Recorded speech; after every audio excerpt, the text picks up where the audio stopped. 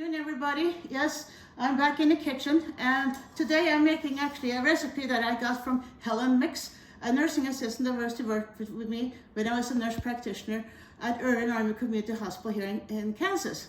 And I remember Helen would bring this into a potluck, and I said, God, Helen, this is so good. And I said, I need to have the recipe.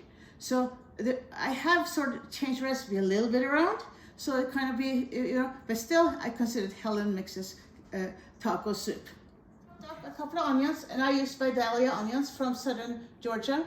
I'm going to add this with a little bit of olive oil to start with. And this olive oil is actually very special. It comes from my husband's friend Antonio Lo Greco in Bari, Italy, and he happens to own an olive grove. So I kind of add enough olive oil to sort of kind of soak the onions just a little bit, and I'm going to cook. The other ingredients we're going to use today is I use some beef stock, taco seasoning mix, ranch dressing, and I use just a couple of tablespoons of this here. If you want more spice, chili powder. I use rotel and various types of corn.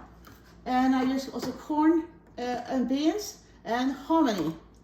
And so the more the merrier, and kind of make it a little colorful. Taco soup is kind of an interesting thing that you could sort of make it your own, whatever you like to have.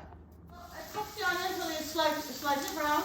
And what I do now is I add some of this chili powder, okay?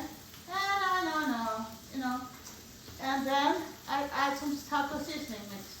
And so I mix it in really well in with the onions. So it gets like a little flavor. Because this is actually the base of the taco soup. Now, if you're not vegetarian, now I'm making a vegetarian taco soup today. If you're not vegetarian, you of course then we cook this with ground beef, or ground turkey, or ground chicken. Now I pour this here into the big pot. Okay, and so I put it all the way in the bottom, and I put the frying pan here in my sink. The next thing I do actually is I'm going to add a little bit of beef stock to it. But if you're vegetarian, you probably would add some vegetable stock to it. If you use beef, kindly rinse the fat off the beef when you finish with it, so you don't get a very greasy soup. There's nothing worse than getting a soup that's oily and fatty and things like that. And I try to make this to be a fairly healthy element. Turn it off. Just up it, brownish. And now it's time for me to start opening all the different cans and start adding the beans and the corn and the hominy to this mixture. Okay, I have added all the ingredients to the soup, and which is multiple colors, so it's kind of pretty looking. And the only ingredient I'm going to wait a little bit to put in is the dry ranch dressing. I put that in after I cook this for about 15-20 minutes. After that is done, it is ready to be served. Now, this freeze is extremely easy. I have had taco soup that's been 3 months old and taken out for lunch, because I like to have for lunch sometimes by myself, and it tastes just as good as when it was made initially. The key is you make the soup according to your own taste.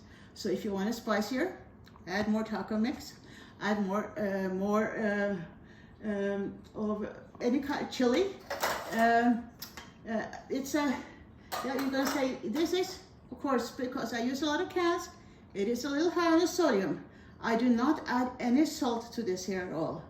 There's already enough salt coming just from being canned product.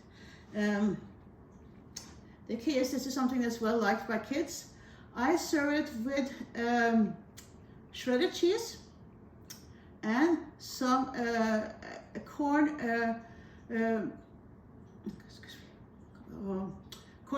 crackers or corn chips or something like that. You can buy whatever flavor that your family likes.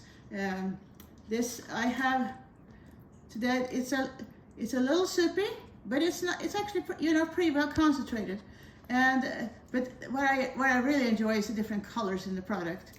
I have actually taken a soup out that was in the freezer for a little bit.